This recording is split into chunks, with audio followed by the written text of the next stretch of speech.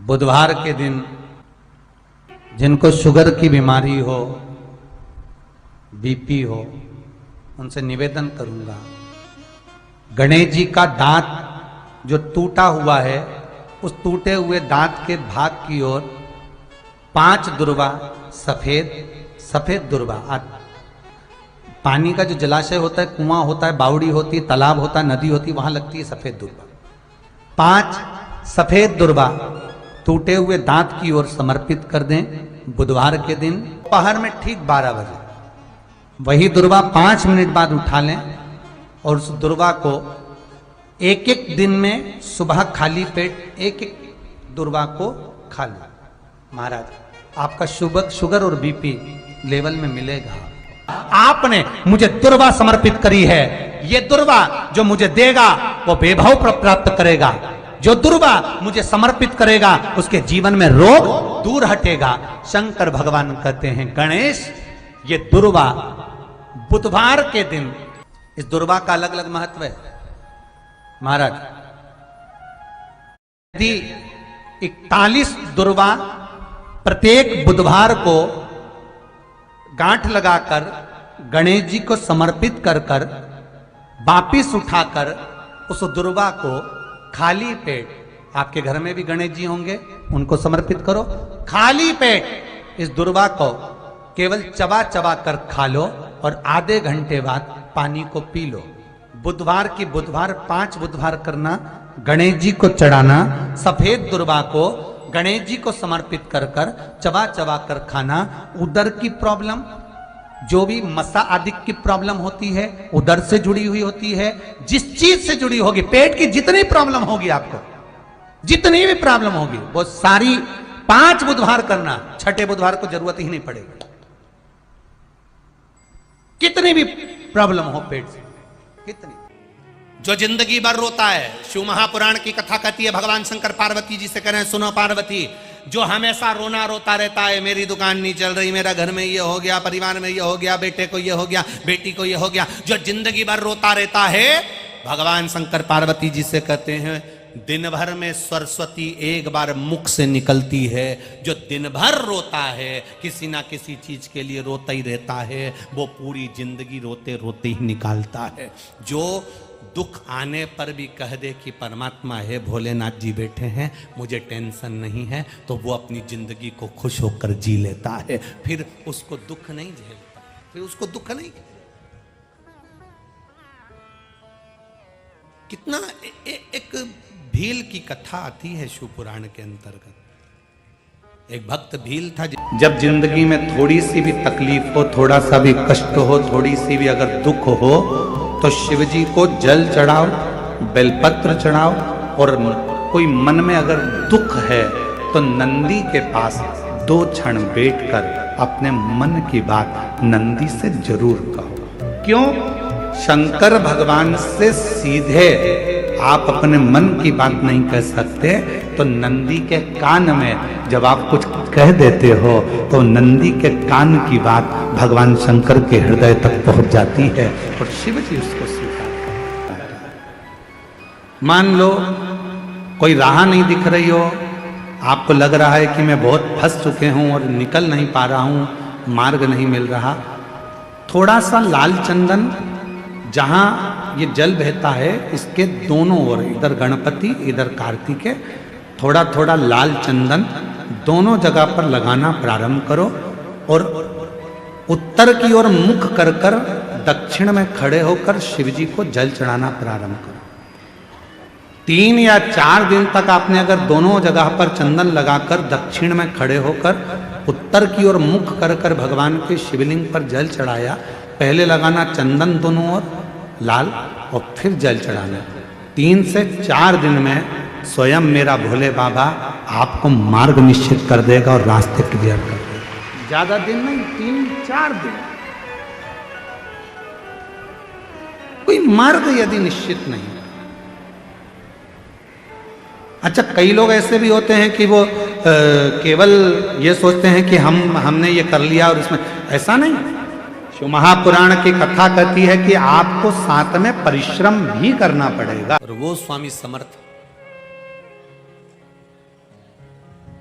दुनिया के लोग कहते हैं कि ये दत्त का अवतार है,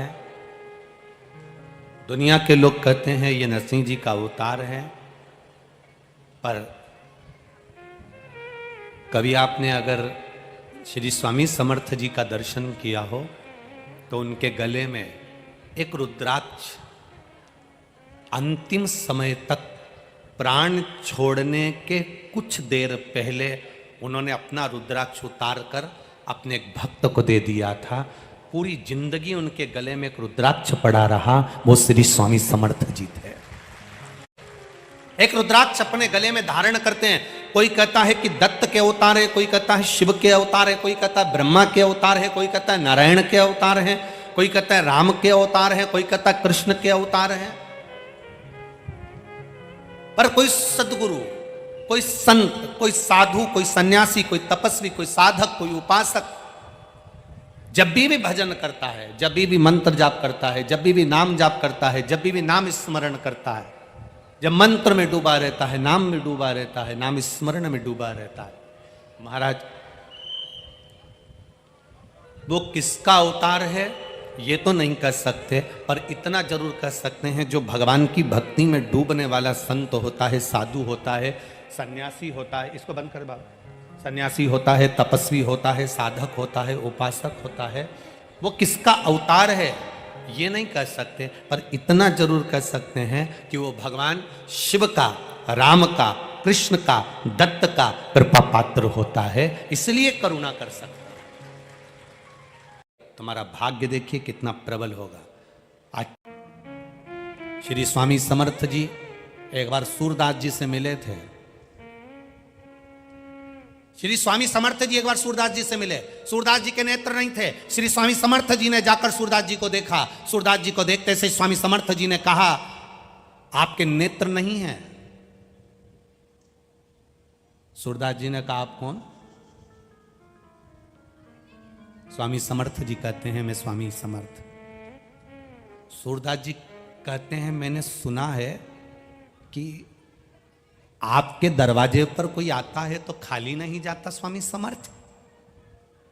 जो सूरदास भगवान कृष्ण की लीला का गुणगान करते हैं, जो सूरदास भगवान कृष्ण के गुणगान में लगे रहते हैं, वो सूरदास जी कर रहे हैं स्वामी समर्थ से, मैंने सुना है आपके दरवाजे पर कोई आता है तो खाली नहीं जाता। खाली कुएं को केवल आप एक बूंद पानी डालकर भर देते हो। कोई गोदी खाली आए तो उस बांझन की गोदी में लाल दे देते हो। दुखी आया उसको आप सुखी कर देते हो स्वामी समर्थ। क्या मैं सूरदास, मेरी भी अभिलाषा पूरी होगी? स्वामी समर्थ मुस्कुराए, हंसे और मुस्कुराकर स्वामी समर्थ जी ने कहा, सूरदास तुम्हारे मन में सोच लो तुम्हें क्या चाहिए। सूरदास जी कहते हैं, बस आपके दरवाजे पर आया हूं तो सोच लिया। सूरदास जी, ये स्वामी समर्थ आज आपसे कहता है, आपने भगवान कृष्ण का दर्शन मांगा है, एक बार आपके नेत्र आएंगे और आप भगवान का दर्शन कर लोगे। एक बार आपके नेत्र आएंगे और आप भगवान का दर्शन कर लोगे। और वही हुआ। सूरदास जी एक कुएं में जाकर गिर गए। कुएं में जाकर गिरे, वहां से भगवान कृष्ण राधा जी के साथ जा रहे थे। सूरदास जी पुकार रहे थे, राधा जी को पुकार रहे हैं। राधा जी दौड़कर कुएं में गई और सूरदास जी को निकालने लगी। सूरदास को निकाल रही। सूरदास जी ने पूछा, आप मुझे बाहर निकाल रही हो कौन? राधा जी ने अपना नाम नहीं बताया, बस सूरदास जी का हाथ पकड़ा और निकाल कर बाहर कर दिया। सूरदास जी ने जैसे हाथ पकड़ा, सूरदास जी कहते हैं, आपने मुझे कुएं से बाहर निकाला, मैं आपके चरणों को प्रणाम करना चाहता हूं। राधा जी बोली, रहने दो, मुझे प्रणाम मत करो। नहीं, मैं तो प्रणाम करूंगा। राधा जी के चरणों में सूरदास जी ने प्रणाम करा। जैसे ही प्रणाम करा, राधा जी अपना पांव छुड़ाने लगी। पांव छुड़ाती हैं, पांव की एक पायल सूरदास जी के हाथ में रह जाती है। राधा जी ने भगवान कृष्ण से कहा, मेरी पायल ला के दो। भगवान बोले, मैंने पहले ही मना करा था, मत जा। वो आंखों से अंधा है पर अंदर से देख लेता है। कैमरे लगे हुए हैं, मैंने पहले मना करा था तेरे को, क्यों गई तू? कुछ भी करो, मेरी पायल ला कर दो। भगवान कृष्ण राधा जी को लेकर सूरदास के पास गए। सूरदास, भगवान कहते हैं राधा जी की पायल दे दो। सूरदास जी कहते हैं एक ही शर्त पर दूंगा, पहले दर्शन करा दो। स्वामी समर्थ जी ने कहा था कि एक बार दर्शन होगा। भगवान ने सूरदास को नेत्र दे दिए। सूरदास जी ने भगवान का दर्शन करा। सूरदास की आंख में आंसू भरकर स्वामी समर्थ को याद करा, आपने कहा था एक बार कृष्ण का दर्शन होगा, आज हो गया। ये कोई सहज नहीं है। कोई शिव तत्व संत होता है, कोई शंकर को जानने वाला संत, साधु, सन्यासी, तपस्वी, साधक, उपासक होता है। संत का दर्शन, गुरु का दर्शन, कोई वेद पाठी का दर्शन, कोई भगवत भजन करने वाले का दर्शन, कोई गुरु महिमा का स्मरण करने वाले का दर्शन, कोई शिव का गुणगान करने वाले का दर्शन, कोई शंकर के महत्व को जानने वाले का दर्शन, कोई शंकर को एक लोटा जल चढ़ाने वाले का दर्शन खाली नहीं जाता, खाली नहीं जाएगा। जैसे स्वप्न में दिखा हुआ शिवलिंग, स्वप्न में दिखा हुआ बेलपत्री का पेड़, स्वप्न में दिखा हुआ मंदिर का शिखर, स्वप्न में दिखा हुआ कोई खंडर, स्वप्न में दिखा हुआ जलाशय, स्वप्न में दिखा हुआ एक लोटा जल चढ़ाते हुए किसी को स्वप्न में देखना, जलाशय देखना, मंदिर का शिखर देखना, शिवालय देखना, शिवलिंग देखना, पानी का कूप देखना, जैसे इन सब को देखने पर कुछ ना कुछ खुशी हमारे यहां आने वाली होती है, तो भगवान स्वप्न में ये चीजें दिखा देता है। उसी तरह संत का दर्शन होता है, गुरुजन का दर्शन होता है। भगवान कृष्ण ने कहा मांगो। सूरदास, तुम्हारे नेत्र मिल गए, तुमने हमारा दर्शन कर लिया, मांगो तुम्हें क्या चाहिए। सूरदास जी ने कहा बस एक ही बात मांगना चाहता हूं, दे दोगे? भगवान ने कहा दे देंगे, पक्का पक्का, सौगंध है मेरी, बिल्कुल पक्का, मांगो क्या चाहिए। भगवान से सूरदास जी ने कह दिया मेरी इन आंखों को वापस फोड़ दो, जिन नेत्रों से आपका दर्शन करा है उन नेत्रों से संसार का दर्शन नहीं करना है, फोड़ दो। कि जिंदगी में हम आए हैं और हम जैसा सोचें वैसा ही हो। जरूरी नहीं है कि हम संसार सागर में, देखो भगवान ने आपको और हमको जन्म दे दिया, शरीर कैसा देना था ये उसको मालूम, हमारे पूर्व का कैसा कर्म था उसके अनुसार हमारा शरीर मिला। आपको और हमको जो शरीर मिला ये हमारे पूर्व के कर्म के अनुसार। आप सुंदर बनकर जन्मे, भगवान की कृपा है। आपके हाथ भगवान ने दिए, भगवान की कृपा है। आपके पांव भगवान ने दिए, भगवान की कृपा है। नेत्र दिए, भगवान की कृपा है। जिह्वा दी, वाणी दी, भगवान की कृपा है। श्रवण शक्ति दी, भगवान की कृपा है। बुद्धि दी, भगवान की कृपा है। शरीर कैसा देना था यह परमात्मा ने हमारे पूर्व का स्मरण कर कर, पूर्व के खातों को देखकर तब भगवान ने हमको दिया। यहां जितने लोग बैठे हैं, अगर आप में से किसी ने लोन लिया हो तो बैंक वाले पुराना हिसाब देखते हैं। यहाँ माइंस वाले बहुत काम करते होंगे तो लोन लेना ही पड़ता होगा, है? तो लोन लेते होगे तो पुराना हिसाब देखा जाता है। पहले लिया था, जमा करा कि नहीं करा, इतना पैसा लिया था, उस बैंक से उठाया था, भले तुम दूसरी बैंक से लो लोन, पर वो पूरी बैंक को टटोली जाती है कि इसने पैसा जमा करा कि नहीं करा, इसने जमा किया कि नहीं किया। बस जैसे बैंक का लोन देने वाला पुराना हिसाब देखता है, उसी तरह हमको जन्म देने वाला भी हमारा पुराना हिसाब देखता है। पुराना हिसाब क्या करा संसार सागर में जाकर, किसी भूखे को भोजन कराया, प्यासे को पानी पिलाया, भगवान का मंत्र जाप किया, नाम जाप किया, किसी को सहायता प्रदान करी, किसी को शिक्षा प्रदान करी, किसी को चिकित्सा प्रदान करी। वो पुराना हिसाब देखता है और पुराना हिसाब देखने के बाद हमारा शरीर देता है। हमारे शरीर में कोई भी थोड़ी सी भी कमी रखता है, समझ लेना हमारा पूर्व का दिया हुआ है। महाराज कुछ हमने श्रेष्ठ ना करा हो, श्रेष्ठ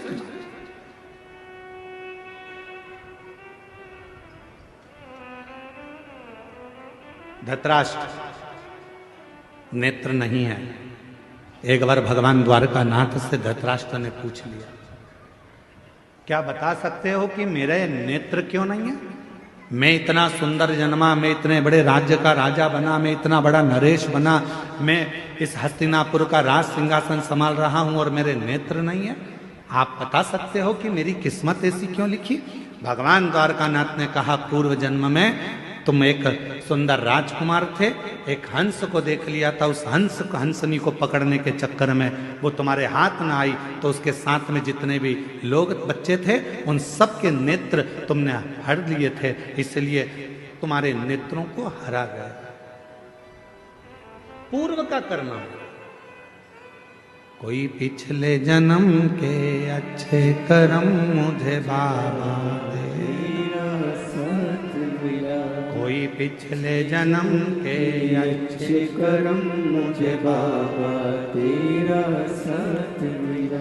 जहाँ सारी दुनिया झुकती है, जहाँ सारी दुनिया झुकती है, मुझे वो आली दरबार मिला, दरबार। पुण्य होगा बोलने के लिए वाणी दे दी, पूर्व का अच्छा पुण्य होगा देखने के लिए नेत्र दे दिए महाराज, और भगवान ने सब कुछ दिया, पूर्व का पुण्य। और फिर याद रखो, हमारे और आपके पिछले जन्म का कोई अच्छा कर्म होगा जो शिव महापुराण की कथा कच्चे गांव में दे दी, ये पुण्य है।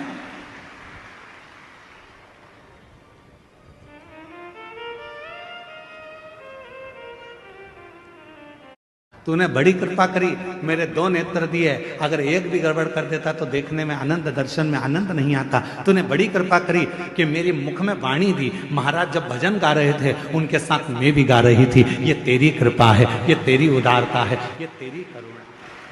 और प्रभु भगवान से कहते रहना, भोलेनाथ ऐसी कृपा करना मेरे बूढ़ा महादेव, ऐसी कृपा करना बूढ़ा देव, ऐसी कृपा करना मेरे महादेव, ऐसी करुणा करना मेरे बाबा कि मेरे शरीर को ऐसे ही चलाते फिराते रहना, इसको पलंग पर मत पटक देना, इसको कहीं हॉस्पिटल में मत पटक देना, चलाते फिराते।